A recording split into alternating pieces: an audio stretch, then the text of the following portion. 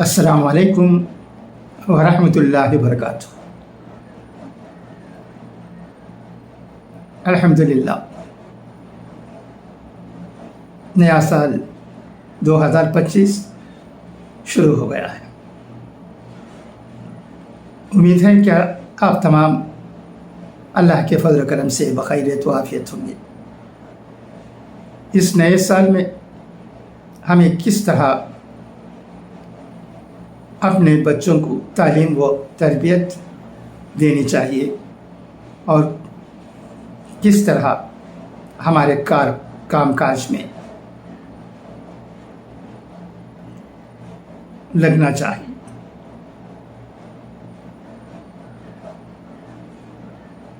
اگر ہم کہیں نوکری کرتے ہیں تو کس طرح خوب دل لگا کر نوکری کرنا چاہیے، اور اگر ہمارا خود کا کاروبار ہے تو کاروبار میں کس طرح لگ کر آمدنی حاصل کرنی چاہیے تاکہ ہم اور ہمارے گھر والے، ماں باپ، بیوی بچے خوش رہیں۔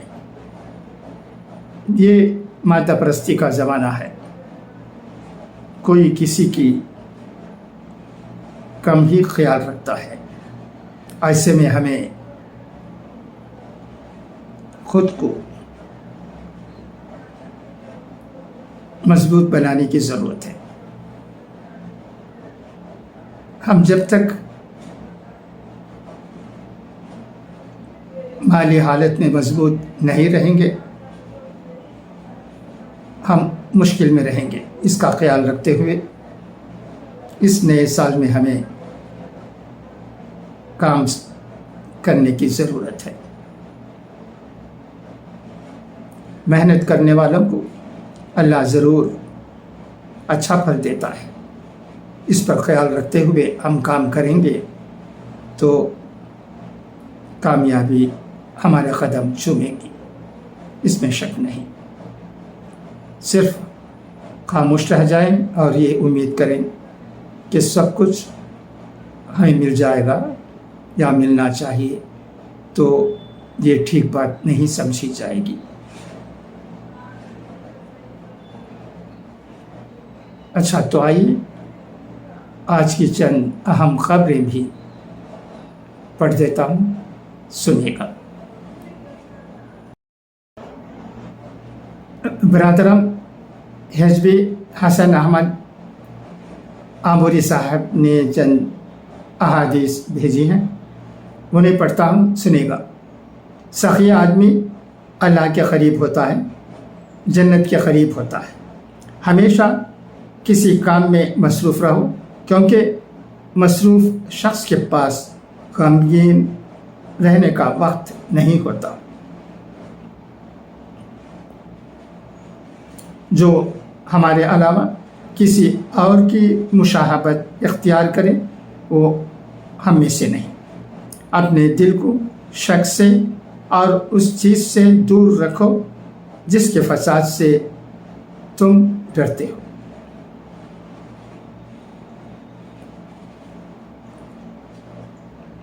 جو کسی کے مرنے کے غم میں سر منڈوائے، کپڑے پھاڑے اور چلا کر روئے، وہ ہم میں سے نہیں۔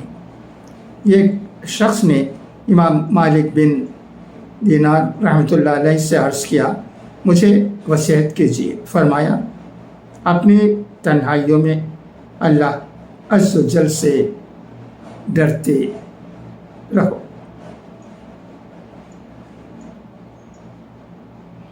اچھا، تو اب آئیے آج کی چند اہم خبروں پر نظر کرتے ہیں۔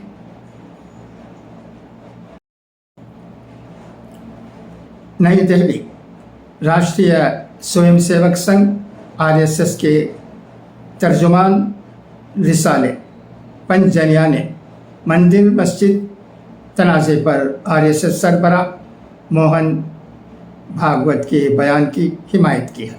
پنجنیا نے اداریے میں لکھا کہ کچھ لوگ اپنے سیاسی مفادات کے لیے